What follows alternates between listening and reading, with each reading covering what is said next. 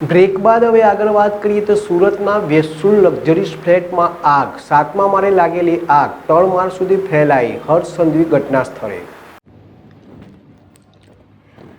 સુરતના વેસુમાં લક્ઝુરિયસ ફ્લેટમાં આગ તો હેપી એક્સલેન્સિયાના 7 માળે લાગેલી આગ 3 માળ સુધી ફેલાઈ, હર્ષ સંઘવી ઘટના સ્થળે। સુરત શહેરમાં ફરીથી આગ લાગવાની ઘટના ઘટી છે। શહેરના વેસુ વિસ્તારમાં આવેલા હેપી એન્કલેવના 7મા માળે આગ લાગી હતી। આગ 3 માળ સુધી પ્રસરી જતા અફરાતફરીનો માહોલ સર્જાયો હતો। હાલ ફાયરની ટીમ ઘટના સ્થળે પહોંચી આગ ઉપર કાબુ મેળવવાનો પ્રયાસ હાથ ધરવામાં આવ્યો હતો। હવે આ કરોડોના ફ્લેટમાં શું ફાયર સેફટીના સાધનોનો અભાવ હતો કે આગ આટલી બધી પ્રસરી ગઈ, એક મોટો સવાલ છે।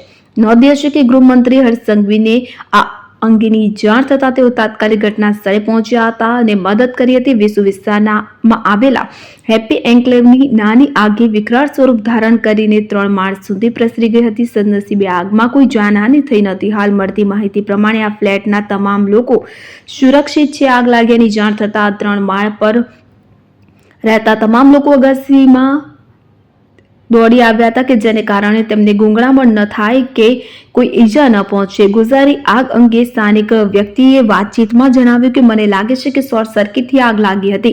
આગ લાગી ત્યારે બધા નીચે ઉતરી ગયા। આપણા ગૃહ રાજ્યમંત્રી હર્ષ સંઘવીએ તાત્કાલિક અહીં આવી ગયા હતા અને તેમણે ફાયર વિભાગને કોલ કરી તાત્કાલિક એક્શન લીધું હતું। આગમાં ઘરની વસ્તુઓને નુકસાન થયું છે પરંતુ કોઈ વ્યક્તિને નુકસાન થયું નથી। તમામ લોકો સુરક્ષિત નીચે ઉતરી ગયા છે અને અન્ય એક સ્થાનિક વ્યક્તિએ જણાવ્યું કે આ ચારે બાજુથી ખુલ્લું બિલ્ડિંગ હોવાને કારણે આગ ફટાફટ પ્રસરી હતી। જો કે હવાની સારી અવરજવરને કારણે આગ જલ્દી બુઝાઈ ગઈ। આટલી મોટી આગમાં કોઈ જાનહાનિ થઈ નથી તે ખૂબ જ સારી વાત છે। શહેરના મેયર દક્ષેશ મેવાણીએ આ અંગે પ્રતિક્રિયા આપી છે। મીડિયા સાથે વાતચીતમાં જણાવ્યું કે આ એન્કલેવમાં લાગેલી આગ સંપૂર્ણ કાબૂમાં છે। આગમાં કોઈ જાનહાનિ થઈ નથી। વેસુ વિસ્તારના હેપી એક્સિલેન્સિયામાં ન્યૂ 2માં 9મા માળે વહેલી સવારે આગ લાગેલી હતી। ઘર ત્યારે ખાલી હતું પરંતુ આ આગ એટલી વિકરાળ હતી કે 5 જ મિનિટની અંદર ઉપર નીચે સુધી ફેલાઈ ગઈ।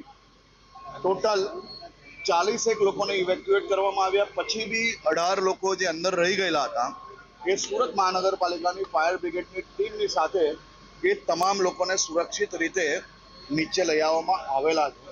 વહેલી સવારે જ્યારે આ માહિતી મળી ત્યારે ફાયર બ્રિગેડની કમસે કમ 50 લોકોની ટીમ જે બિલ્ડિંગના ચારેય દિશામાં જે આગ લાગવાના કારણે એ બધી જ ટીમે પહેલા એસ્ટાબ્લિશમેન્ટ કરીને ઉપર તક પાણી પહોંચાડીને આગને કંટ્રોલ રહેવાનો પ્રયાસ